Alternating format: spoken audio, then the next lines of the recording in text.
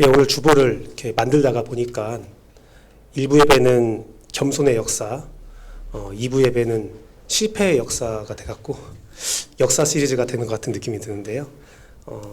답을 말하자면 실패한 역사가 다시 성공으로 가려면 겸손의 역사가 필요합니다.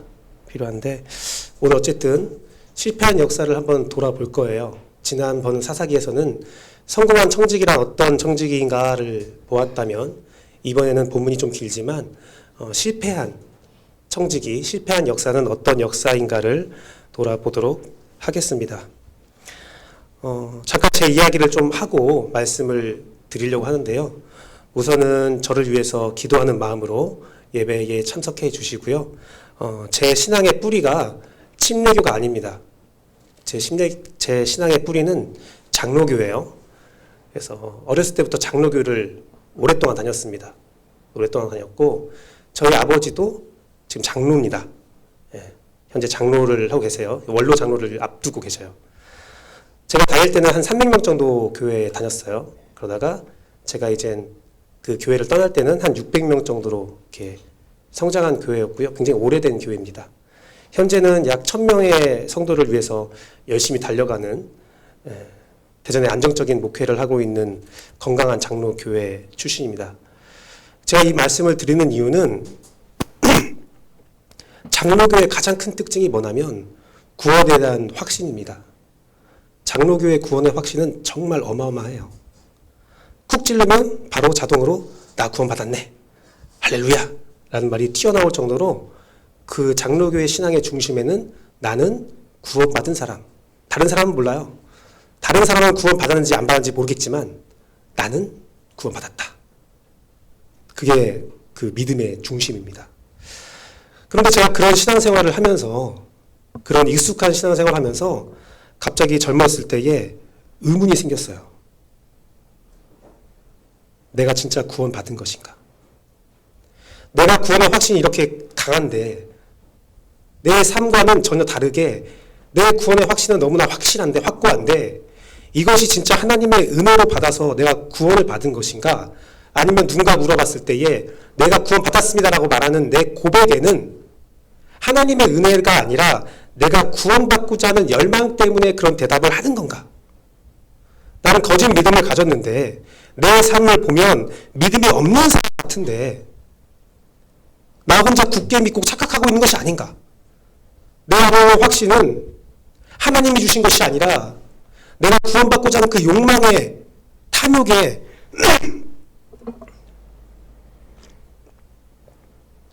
대답이 아닌가? 하나님의 은혜에 의지하고 있다면 이렇게 살면 안 되는데 그런 생각을 가졌어요. 젊었을 때요. 쾌락과 나의 만족을 위해서 살아가면서 내 구원의 확신은 잘못된 것 같아 라는 생각을 가지게 되었습니다. 그런 불안감을 가지고 있다가 어찌어찌 하다가 침례교회에서 신학을 하게 되었어요. 제가 학생 사역을 계속 하고 있으면서 신학을 하지 않았었거든요. 그런데 저희 아버지가 그래도 신학은 해야 되지 않겠냐 하면서 극구 반대하는 저 몰래 원서를 내려 다니셨어요.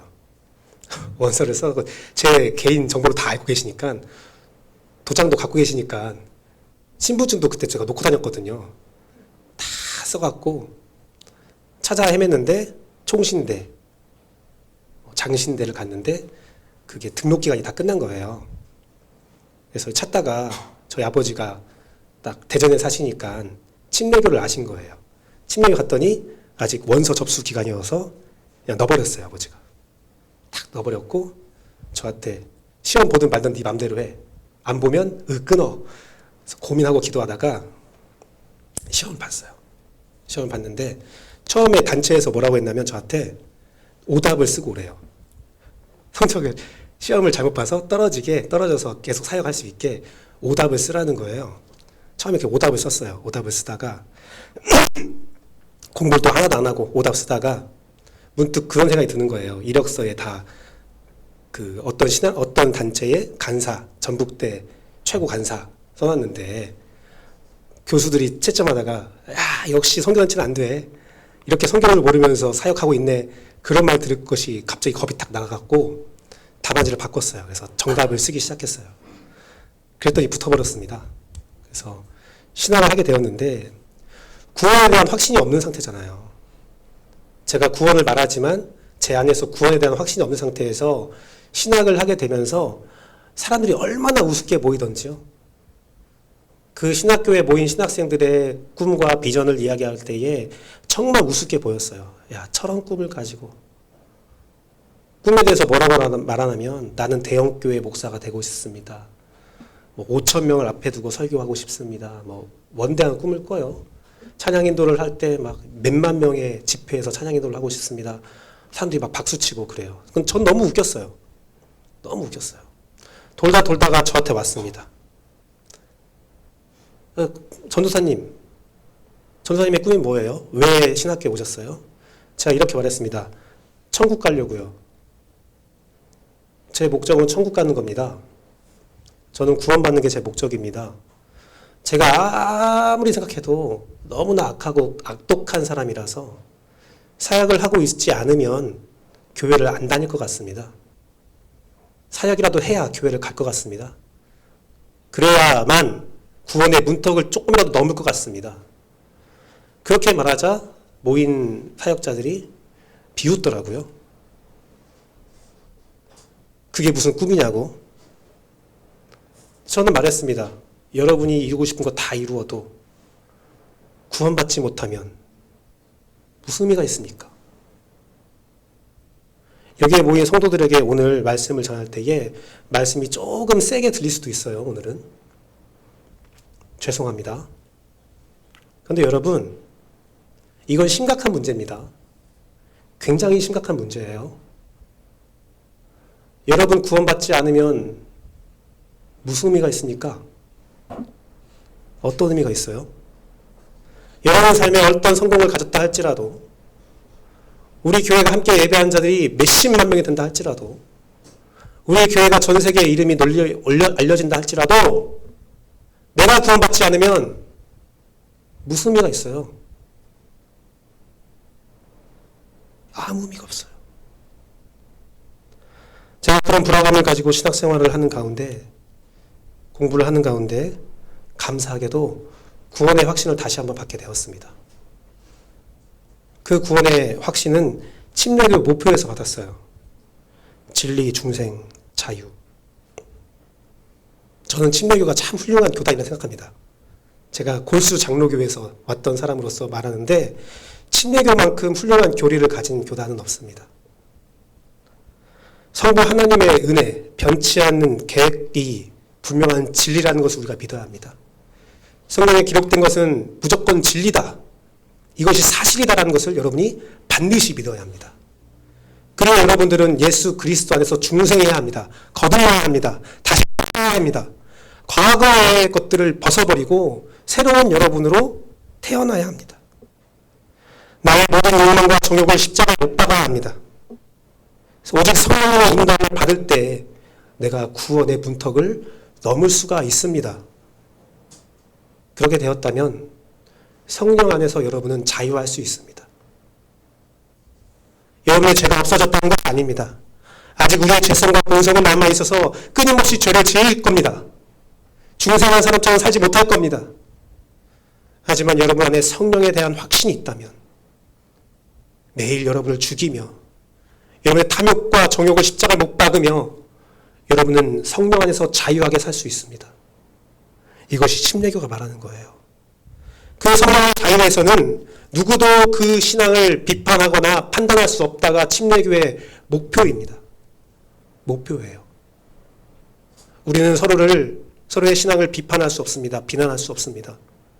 그 사람을 성령이 인도하시는 그 과정을 우리는 욕할 수 없습니다. 우리가 욕할 수 있는 것은 나 자신밖에 없습니다. 우리가 판단할 수 있는 것은 나 자신밖에 없습니다. 내 자신이 어떠한 삶을 살고 있는지. 제가 그러한 구원의 확신을 회복한 이후에 다시 저를 찾아온 고민거리는 우리는 언제 실패하는가였습니다. 나는 언제 실패하는가? 내가 언제 죄에 무너지는가? 대부분이 하나님의 자리를 내 탐욕과 의지가 놓여질 때였습니다. 즉 교만할 때였어요. C.S. 루이스는 이런 말을 합니다. 교만한 사람은 항상 눈을 내리깔고 사물과 사람을 봅니다. 그렇게 내리깔고 보려면 자기보다 높이 있는 존재는 결코 볼 수 없습니다. 이 말이 무엇입니까? 교만한 사람은 하나님도 보지 않는다는 겁니다. 모든 사람들 아래로 보면서 그 아래에 있는 존재도 하나님도 그 아래로 본다는 거예요. 누구의 말도 들어주지 않고 누구의 말도 고려하지 않고 내 결심, 내 생각, 내 의지 그것이 삶을 인도한다는 겁니다. 그것은 즉 예수 그리스도 없이 산다는 거죠. 내 신앙의 목적이 예수 그리스도 안에 구원받는 것이 아니라 다른 목적이 있어요. 내 교만과 내 탐욕과 내 의지가 다른 일을 무시하고 핍박할 수 있습니다. 나의 자유를 위해서 다른 일을 미워하고 다른 이의 자유를 억누를 수가 있습니다. 그 사람의 신앙생활의 목적은 무엇입니까? 그 목적은 무엇입니까? 여러분 교회를 왜 다니세요? 오늘 실패 역사의 주제는 우리가 왜 교회를 다니는가의 물음에서 시작됩니다.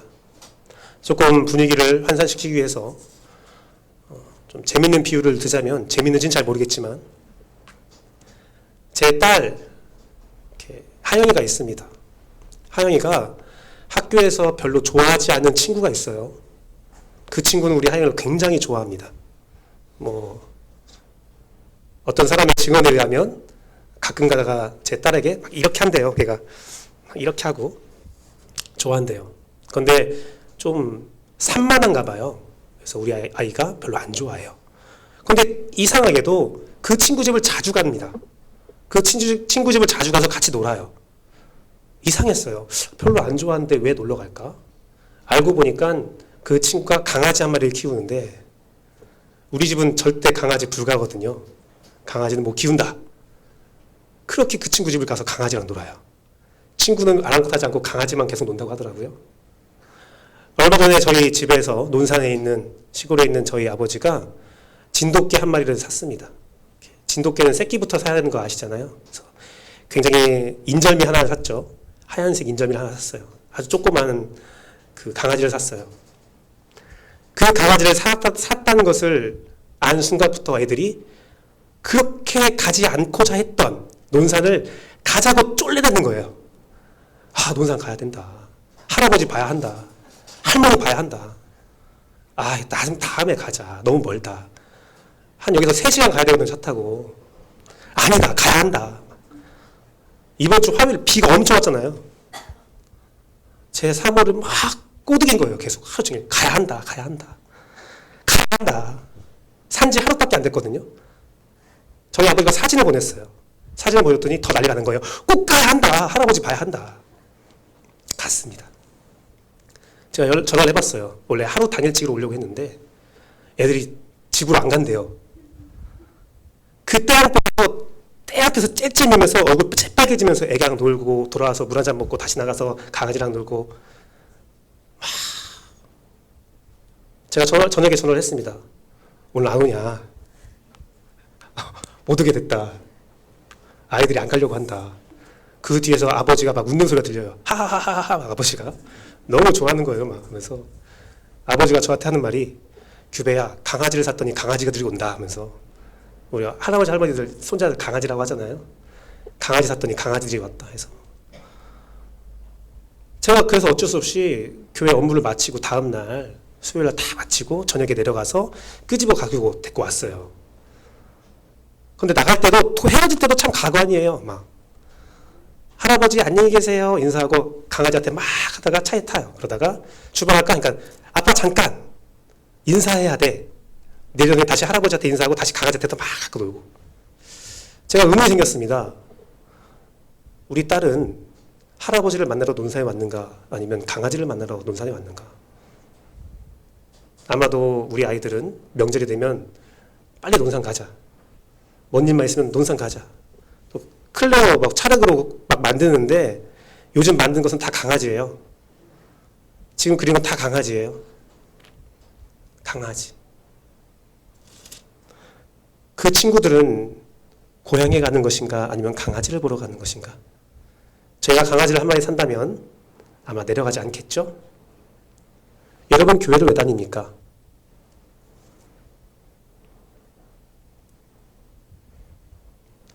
이 질문은 이스라엘이 가나안을 점령할 때에 하나님 왜 우리가 가나안을 점령해야 합니까? 라는 질문과 동일합니다. 우리는 순간순간 구원을 착각하거나 교회를 다니는 이유를 잊어버릴 때가 있습니다. 아니면 다른 목적으로 교회를 다닐 때가 있지요. 그래서 오늘 말씀이 여러분에게 중요한 말씀인 겁니다. 굉장히 중요한 말씀이에요. 그래서 두렵고 떨리는 마음으로 말씀을 전하겠습니다. 오카는 목사님, 제가 존경하는 목사님인데요. 작아서 보이지 않지만 오카는 목사님은 개혁은 교리와 신앙의 문제를 바로잡는 것이고 갱신은 교회의 질적인 문제를 바로잡는 것이다 라고 얘기했어요. 제가 오카는 목사님을 존경하는 이유는 복음 외에는 다른 것을 돌아보지 않았기 때문입니다. 또한 복음을 전하기 위해서 두려움이 없었기 때문입니다. 이 말씀하면 교인들이 싫어하지 않을까? 이 말씀은 교인들이 싫어하는 말이 아닐까? 라는 것을 돌아보지 않은 것 같아요. 오카는 목사님의 말씀을 들으면 지금 제가 들어도 가슴이 철렁거리고 아이고 이렇게 살면 안 되는데 라는 생각이 듭니다. 개혁과 갱신의 말씀 쉽게 전해지지는 않습니다. 하지만 오늘 여러분에게 전해지는 말씀이 여러분 삶의 개혁과 갱신이 되고 여러분 신앙에 유익이 되어서 하나님이 여러분에게 주시는 점령하라고 말씀하시는 가나안 땅을 완전히 점령하는 여러분 되길 소망해요. 하나님은 가나안 땅을 말씀하시면서 진멸하라라는 명령을 내리셨습니다.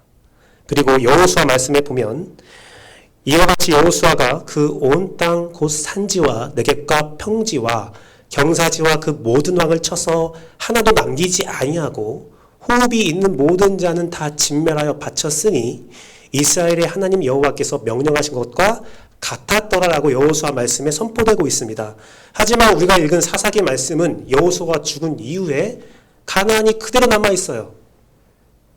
점령을 다 했다고 기록되어 있는데 가나안이 아직도 살아 있어요. 이것을 어떻게 해석해야 되는가 신학자들이 많이 논의를 했습니다. 그래서 첫 번째로 다양한 의견 중에서 전멸이라는 단어에 대해서 이렇게 해석을 했습니다. 하나는 우리가 잘 알고 있는 몰살의 의미다. 하지만 여호수아의 이 말씀 여호수아 10장 40절의 말씀은 잘못 기록된 거다. 그냥 미래를 앞두고 기억한 거다. 이것은 역사적 사실이 아니다. 라고 설명하는 사람이 있습니다. 또 하나는 이 진멸이라는 단어가 우리가 생각하는 사람의 목숨을 없애는 것, 민족을 없애는 것이 아니라 그들의 문화를 없애는 거다. 가나안을 점령하고 있는 그 문화들을, 세속적인 문화를 없애고 하나님의 창조 질서로 다시 새롭게 하는 거다라고 해석하는 분들이 있습니다.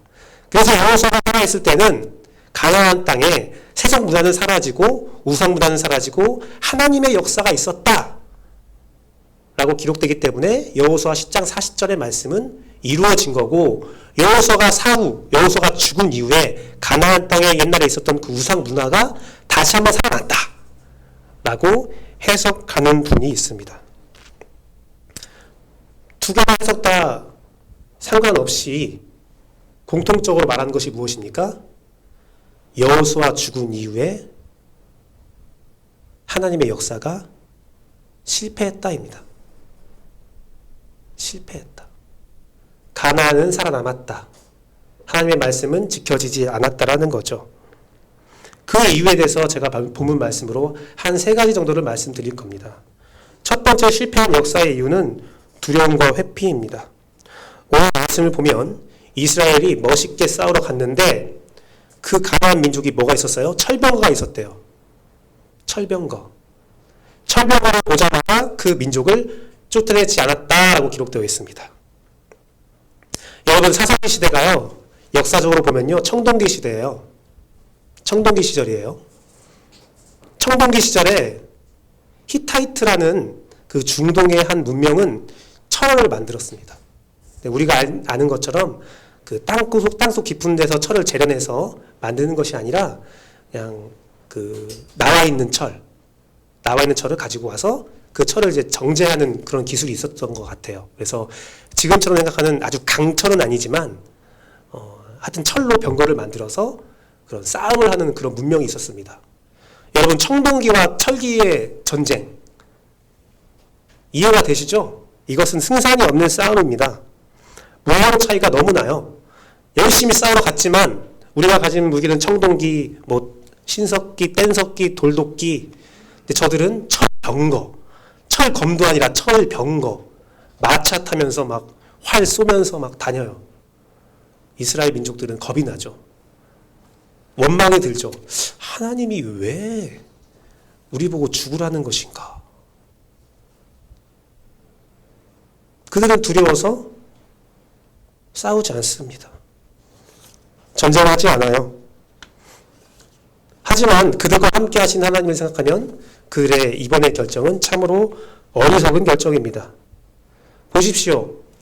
이스라엘 민족이 아무것도 없을 때, 노예 때 철병거와 모든 무기를 가지고 그 천병거를 가진 가나안 땅을 점령하고 있고 영향력을 미쳤던 이집트를 하나님께서는 무너뜨렸어요.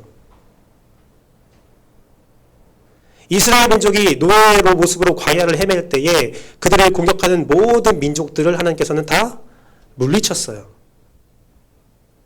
그들이 싸운 게 아니에요. 홍해가 그들을 다 삼켜버렸고 불기둥과 구름기둥이 그들을 삼켜버렸고 때로는 해가 달을 멈춰서 하나님은 승리를 이끄셨습니다.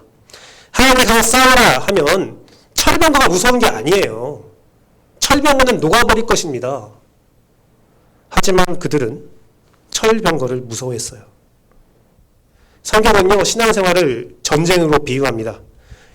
우리의 믿음을 꺾으려는 사단 마귀의 세력으로부터 믿음을 지키려는 사랑 세대의 영적 전쟁을 우리의 신앙생활이라고 말을 하죠. 성경은 이 영적 싸움을 하는데 이 선한 싸움을 끝까지 싸우라고 권면합니다. 이 경주를 끝까지 하라고 권면합니다. 가다가 지치는데, 가다가 숨이 좀 차는데, 가다가 다리가 좀 아픈데 멈추라고 하지 않아요. 끝까지 가라고 합니다. 제가 영적 싸움에 대해서 굉장히 깊게 깨달은 바가 있었는데 제가 사실 입시를 한번 실패했습니다. 해군사관학교를 가려고 했거든요. 제가 해군사관학교를 가기 위해서 많은 것들을 준비하고 공부하였습니다. 그 중에 오래 달리기가 있었어요. 제가 어렸을 때 저희 초등학교는 오래 달리기 특수학교였어요. 육상부가 있었어요. 그래서 전 교인이 아니요. 전 학생들이 오래 달리기를 이렇게 했었어요. 달리기를. 계주를 했었어요.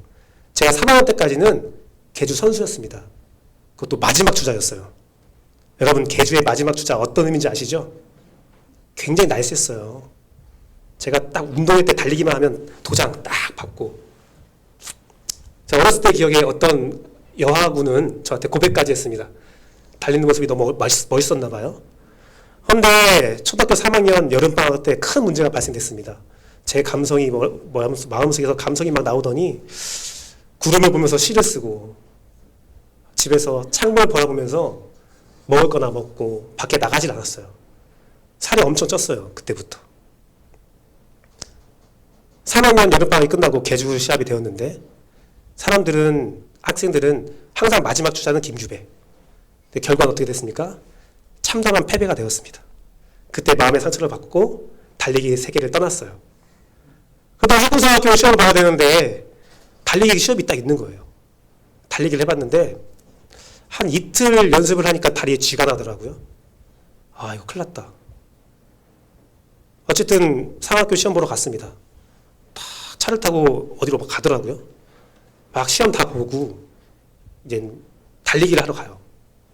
저 창문으로 보니까 저 밑에 럭비장 같은 크기의 내가 지금까지 보지 못한 엄청난 크기의 트랙이 있더라고요. 그걸 딱 보고 겁이 났습니다. 한 바퀴겠지? 한 바퀴일 거야. 했는데 딱 도착하고 말하는데 1500m를 달리는데 그 트랙을 7바퀴 반을 달라는 거예요. 이상하다. 이건 1500m가 아닌 것 같은데. 근데 이게 또 오래 달리기 여러분 아시죠? 처음에 달릴 때요. 오버페이스 한 애들이 있어요. 이제 시험이니까 자기 인생에 걸린 시험이니까 막 빨리 달리는 애가 있단 말이에요. 저도 오버페이스 했어요. 저도 모르게. 머릿속에서 큰일 났다. 난 떨어졌다. 막 달리는데 계속 달리는데 한 바퀴는 정말 어려웠어요. 근데 내가 쉬고 싶다는 생각이 들 때에 안 돼. 끝까지 달려야 돼 생각하고 그냥 막 달리는데 몽롱해지는 거예요. 몽롱해지면서 내 머릿속은 달리면 안 돼, 김규배. 달리면 죽어. 근데 다리는 계속 움직이는 거예요. 똑같은 속도로. 계속 달리는 거예요. 그러고서는 그 정속도로 다 달렸어요. 전 놀랐어요. 나중에 알고 보니까 그럴 때가 있다고 하더라고요. 운동할 때 어떤 경기가 딱 벗어나면 어떤 몸에서 신체에서 아드레날린이 막 돌파되면서 그런 몽롱한 상태에 마약에 빠지는 듯한 느낌으로 되는 상태가 있다고 하더라고요. 저 그걸 느꼈어요. 여러분, 신앙생활 할 때, 영적 싸움 할 때요. 여러분을 철벽화가 나타나서 이제 그만 싸워. 많이 싸웠잖아. 멈춰. 라고 할 때 여러분 그때 멈추면 안 돼요. 죽으리라 하면서 나아가면 하나님이 역사를 일으키세요. 성경 말씀을 보면요. 항상 극에서 역사를 일으켰어요. 마지막 순간까지 하나님께서 없는 것처럼 보이다가 그 단계를 탁 넘으니까 하나님께서 일하기 시작하는 거예요. 여기까지 왔으면 멈춰! 하나님께서 역사하는 거예요. 천국을 보고 난 천국이지만 난 돌이지만 뛰어들었으면 역사를 일으키세요. 나중에 사사기 4장에 보면 철병거랑 사그랏 군대와 한 번 더 싸웁니다. 그때도 철병거였어요. 근데 그때는 하나님께서 딱 싸우러 나가는 이스라엘 백성에게 승기를 딱 주세요. 승리하게 하세요. 여러분, 아무리 많은 적과 많은 두려움이 앞에 있어도요, 여러분 그거 두려워하지 마세요. 생각해 보십시오. 내 앞에 철병거가 있어요. 내 뒤에는 하나님이 있어요.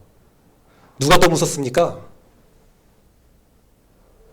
성경은요, 하나님을 경외하는 것이 모든 지혜의 근본이라 했어요. 이 말씀이 이거예요. 하나님을 두려워해야 내 앞의 것들을 두려워하지 않는다고요. 하나님을 두려워하면서 하나님을 믿으면서 나아가 싸울 때 여러분에게 승리가 있습니다. 만약에 이들이 철벽을 보고 두려움이 있었으면 어떻게 했어야 될까요? 기도했어야 되죠. 우리가 저번에 사사기 말씀을 볼 때 여호수아가 죽었어요. 지도자를 잃어버렸어요. 그러자 이스라엘 백성은 어떻게 합니까? 기도합니다. 그런데 오늘 말씀에서는 철병거를 보고 두려워했는데 기도하지 않았다고 되어 있어요. 기도의 내용이 없어요. 여러분, 간혹 목사인 저도 기도하기 싫을 때가 있습니다. 정말 기도하기 싫을 때가 있어요. 기도가 필요한데 기도해야 되는데 기도하기 싫을 때가 있어요. 몸과 마음이 피곤할 때도 있지만 가장 기도하기 싫을 때는 하나님이 무슨 말할지 뻔히 알 때예요. 하나님이 무슨 말할지 뻔히 아는데 내가 그게 하기 싫어요. 진짜 그게 하기 싫어요. 하나님이 내가 기도만 하면 규배야 이렇게 해야지 말할 거 뻔히 아는데 너무 하기 싫으면 기도 안 합니다. 그래도 목사니까 기도하는 척 합니다. 눈 감고 손을 모아서. 하지만 절대 기도하지 않아요. 뭐라고 할지 뻔히 아니까. 기도하지 않는 사람은 하나님의 도우심을 거절하는 것이다 라는 격언이 있죠. 응답을 알면 기도를 하기 싫다. 이스라엘 백성은 그래서 기도하지 않은 거예요. 철병거가 있어도 나가 싸워라 라고 말할 것 뻔히 아니까 그냥 거기서 멈춘 거예요. 기도해봤자 하나님은 나가 싸우라 하겠지 뭐. 하기 싫어. 딴청을 피우죠. 그런데 그들은 실패한 역사를 경험하게 되었습니다. 사단의 미혹, 철병거의 위협, 사단의 미혹, 기도하지 마. 하기 싫잖아. 어차피 안 할 거잖아. 두 번째 실패한 역사의 이유는 안일함이었습니다. 안일함. 25장 26절을 보면 이스라엘 민족이 하나님과 함께 싸우러 가요.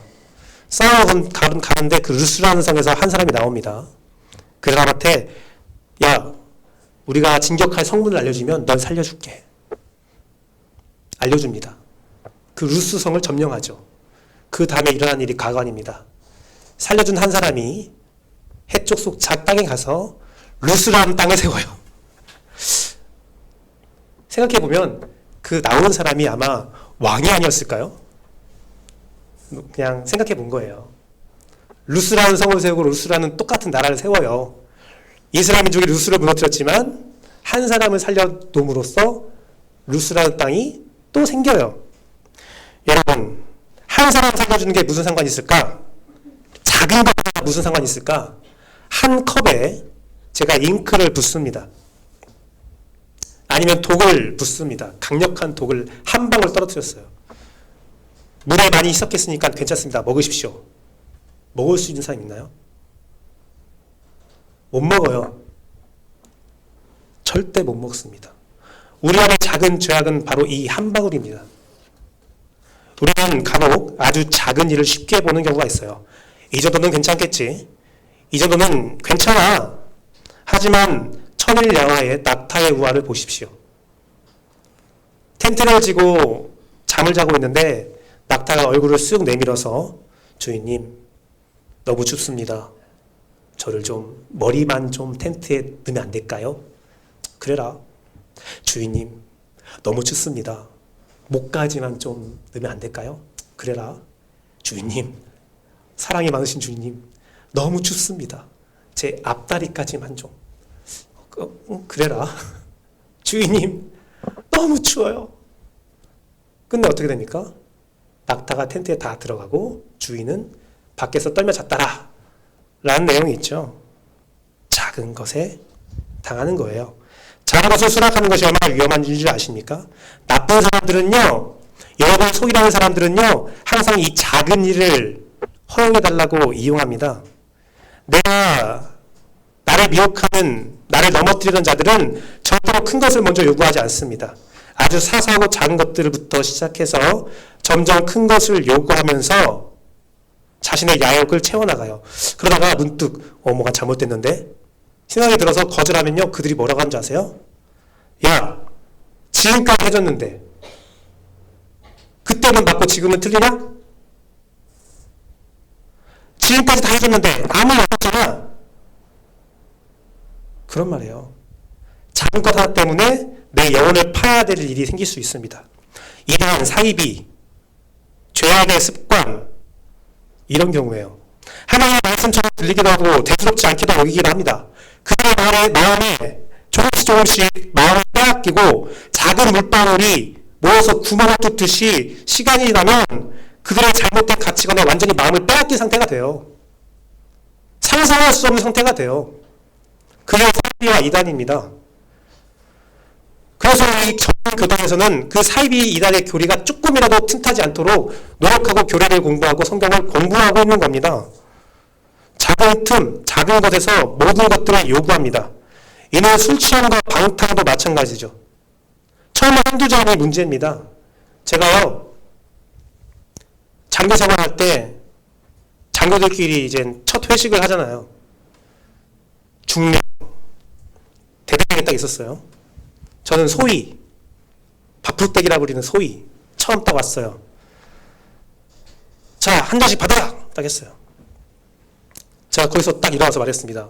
저는 교회를 다녀서 술을 먹을 수가 없습니다. 딱 하자 소령, 그 밑에 사람이 발끈했어요. 야! 여기에 교회 한 달에서 왔어! 이 새끼 군대만 까면 까지 새끼! 그래서 내가 한 번도 술 먹어서 안 먹는다고 했을 때 저한테 이렇게 소리 지는 사람 없었는데 다 제 인상에 다 죽었는데 야, 군대는 군대인갑다. 근데 그때 중령이 말하는 거예요. 작전과장 앉아. 야, 부끄러울 줄 알아야지. 요즘 군대가 어떤 군대인가 하면서 딱 하면서 저한테 김규배 너 술 먹지 마. 나도 교회 집사야. 근데 나 술 먹어도 되지? 그래서 그건 대대장님의 자유입니다. 중성 하고. 그런데요, 문제는 그 다음이었어요. 제가 그렇게 모든 회식에서 술 안 먹는 사람은 딱 알려졌거든요. 부소대장, 뭐 행정보급관, 내 소원은 소대장님 술 한 잔 먹는 겁니다. 막. 네. 주례가 되었어요. 그 여름이 되어서 동기와 함께 삼계탕을 먹으러 갔습니다. 복날에. 삼계탕 딱 먹으러 갔더니, 군복을 입고 갔더니, 집주인, 그 주인이 딱 오더니, 인삼주를 딱 갖고 온 거예요. 군인, 중위, 소대장님, 인삼주, 삼계탕 먹을 때 인삼주 먹으십시오. 약이지? 약일 거야. 한 잔을 먹었어요, 제가 그때. 약이니까. 원래 인삼주가 나오면 삼계탕에 넣어서 먹기도 하거든요. 근데 제가 그때는 친구랑, 그래, 한 잔 딱 먹었어요. 나왔어요. 먹고 나왔어요. 근데 얼굴이 빨개져 있는 거예요, 제가. 저희 집안이 그래요. 제가 술 안 먹어도 얼굴이 빨개질 때가 있어요. 그래서 중고등학교 전도사 할 때 한 학생은 저한테 목사님은 왜 술 먹고 설교하세요? 라고 들릴 정도로 얼굴이 빨개질 때가 있거든요. 얼굴이 빨개져서 걸어가는데 행정보급관을 만났어요. 선생님 술 먹었네. 그래서 안 먹었습니다. 삼계탕 먹을 때 약이기 때문에 그냥 한 잔 먹었습니다. 그러니까 딱 한마디 하더라고요. 그건 술 아닙니까? 정말 그날 정말 저는 회개했어요. 사회생활 하면서 술 마시는 것 이해됩니다. 하지만 이런 말이 있어요. 그 조금 양보한 것들, 어쩔 수 없는 자리들, 그게 끝내 여러분들을 지배합니다.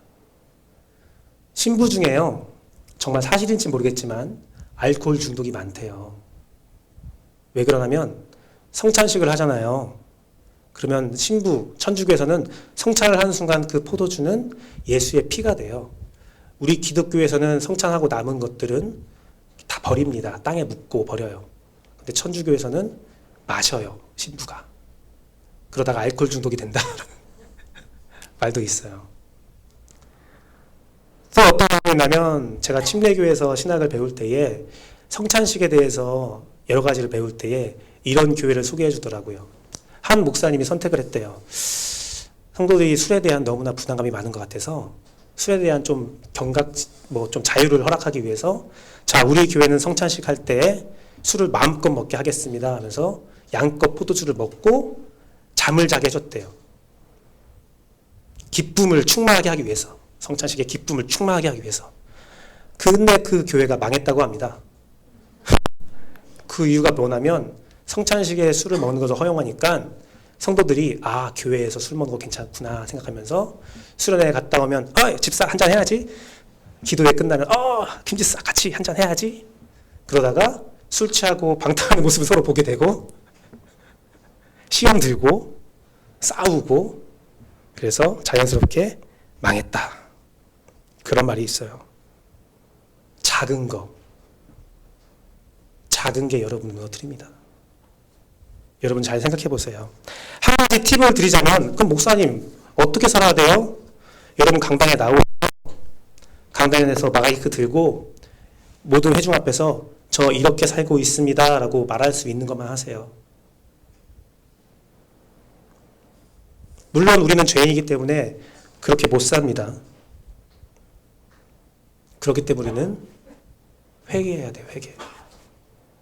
여러분이 강에 나와서 나 이렇게 살고 있습니다라는 거 말하기 부끄럽다. 목사님 그거 말 못해요. 그거 있으면 그거 회개하세요. 그래야 돼요. 그러지 않으면 실패해요. 여러분이 놔준 한 사람이 여러분 삶에서 성을 쌓는다고요. 마지막으로 세 번째 실패한 이유는 사람의 이익을 위해서 하나님의 질서를 버린 겁니다. 저는요, 오늘 성경을 읽으면서 가장 열받는, 가장 화가 나는 부분이 뭐냐면, 이것은 감지하기 많이 어렵거든요. 이스라엘 민족이 강성해져서 그들을, 가나안 사람들을 노역을 시켰다라는 대목이에요. 제가 저번에 말씀드렸듯이 가나안 전쟁의 진짜 이유는 자유를 위한 해방 전투라고요.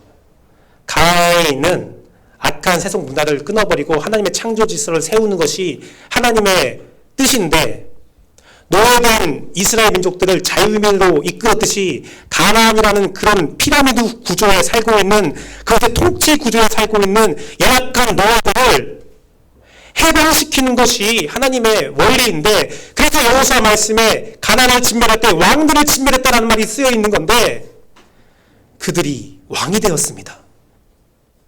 그들이 가나안의 문화를 없애는 것이 아니라 그냥 그들을 그대로 통치했습니다. 가나안의 입장에서는요, 주인만 바뀌었지 아무것도 변한 것이 없습니다. 그냥 오늘 왕이 이스라엘 민족이 된 거예요. 더 과거 28절 말씀입니다. 28절 말씀은 이스라엘이 강성 후에야 가나안 족속을 농락시켰고 다 쫓아오지 아니하였더라. 자신들이 약할 때는 그냥 같이 살다가 강해지니까 노예 삼아서 살았다는 거예요. 처음에 우리가 약합니다라는 핑계로 가나안 족속을 남겨두었지만 강성한 뒤에는 노역을 시켜요. 사람의 이익을 위해서 하나님의 질서를 버리고 세상 통치에 찌들은 악에 물든 모습을 가지고 있습니다. 제가 처음에 물어봤습니다. 가나안을 점령해야 되는 이유가 무엇입니까? 우리가 교회를 다니는 이유가 무엇입니까? 하나님께서 이스라엘 민족을 세워서, 노예였던 이스라엘 민족을 세워서 가나안을 점령하라는 것은 이 땅에 노예로 살고 있는 그 연약한 자들을 구원하라는 겁니다. 우리를 교회로 부르셔서 여러분을 구원해 주신 것은 아직도 죄에 있는 자들을 하나님의 창조 질서로 살려라는 것입니다. 그런데 우리는 주인이 되려고 합니다. 내 이득을 가지려 합니다. 내 이득을 탐합니다. 그러면 우리는 멸망해야 됩니다. 내 저력과 욕망이, 내가 주인되고자 하는 마음이 예수 그리스도의 십자가의 자리에 참여하면, 죄송한 말이지만 우리는 멸망해야 합니다. 그게 맞습니다. 여러분이 교회를 다니고 예배를 드립니까? 오늘 말씀은 정말 참담한 청지기의 모습을 보여주고 있습니다. 두려움과 암이란 자신의 이익을 위해서 하나님을 버리는 자들, 작은 유혹에 넘어져 하나님과 멀리 떨어진 자들. 군대에 있으면 사격 공부를 할 때에 이런 말을 해요. 내가 조준하고 있는 관역에서 1mm가 벗어나면, 내 관역에 갈 때는 그 총알은 1mm 총구가 벗어난, 1mm 총구 벗어난 그 총구상한 총알은 관역에 갈 때는 몇 미터가 벗어나 있다. 작은 차이가 관역에서는 큰 차이가 된다. 제가 장교생활 때 야간 사격을 했습니다. 야간 사격이요. 야간 사격은 뭐냐면, 원래 병사들은 잘 안 해요. 거기 총알에, 첫 번째 총알에 총을 탁 쏘면 불빛이 착 나가요. 총알에 불빛이 나가요. 그래서 내 총이 잘 나가고 있는지, 어디로 가는지를 볼 수 있게 하는 거거든요. 9발을 줬습니다. 첫 발은 팍 나가서 불빛이 나가고 총을 막 쏘는 거예요. 근데 제 친구 하나가 총을 딱, 사격을 딱 끝내고서 나와서, 김주배, 나 오늘 사격 다 맞았어. 다 맞았어. 딱 말을 하는 거예요. 근데 결과를 보니까 그 친구의 표적지에는 한 발도 안 맞은 거예요. 한 발도 안 맞았습니다. 깨끗했어요. 흔적도 없었어요. 뭐지? 친구는 당황했어요. 아니, 쳤는데? 분명히 다 맞았는데? 왜 이러지? 하다가 그 친구 옆 사로에서 총을 쐈던 친구의 표적지를 보니까 14발이 들어가 있는 거예요. 9발 쐈는데 14발이 들어가 있는 거예요. 총알이 막 왔다 갔다 했나? 알고 보니까 그 친구가 자기 표적이라 생각했던 것이 바로 표적이었던 거죠. 자기 표적이라 국경을 보면서 다 맞다 생각한 것이 옆에 다 맞힌 거예요. 여러분, 교회 생활 이렇게 하면 안 돼요. 야, 난 다 맞았어. 난 잘 살았어. 나는 완벽해. 아니에요. 한 가지 더 비유를 두면, 성도와 하나님의 관계를, 하나님은 신부와 신랑의 관계로 이렇게 둡니다. 근데 이스라엘 민족은요, 결혼식이 2번 있어요. 언약식이 1번 있고, 그 다음에 결혼식이 있습니다. 언약식이 이루어지면 그건 결혼식과 같아요. 마리아와 요셉이 그런 관계였어요. 언약식을 하고 있는 상태였고, 결혼을 준비하고 있는 상태였습니다. 언약식을 한 다음에 1년 정도의 텀이 있습니다. 그게 뭐냐면요, 신부의 순수성을 시험하는 기간이에요. 가임기 기간을 넘기고서는 결혼을 하는 거죠. 그 기간 동안에 신부는 순결을 준비하면서 신랑의 신부가 되기를 준비하고, 신랑은 신부가 함께 살 집을 마련한다고 합니다. 주님이요, 십자가에 달리시고 부활하시고 하늘로 올라가신 것은요, 우리와 언약식을 맺힌 겁니다. 여러분은 이미 예수 그리스도의 신부예요. 하지만 여러분이 신부로서의 준비 기간이 필요한 겁니다. 여러분이 이 가임 기간 동안에 정말 재림하셔서 결혼식이 이루어지는 그날까지 여러분이 순결을 지키지 못한다면 여러분은 천국에 갈 수 없어요. 천국 비유 중에서 이런 말이 있습니다. 신부 비유 중에서 기름을 준비한 명처녀 비유가 있죠. 기름을 준비한 사람은 천국 그 잔치에 들어갈 수 있지만 기름을 준비하지 못한 사람은 잔치에 들어가지 못했다라는 비유가 있습니다. 그런데 신부가 준비가 안 됐다면요. 예언 신부의 들러리가 기름을 아무리 준비해도 신부가 준비되지 않으면 결혼식 자체가 파해요. 여러분 삶의 가나안을 점령하십시오. 여러분 삶의 언약식을 거룩하게 준비해서 결혼식에 성공하십시오.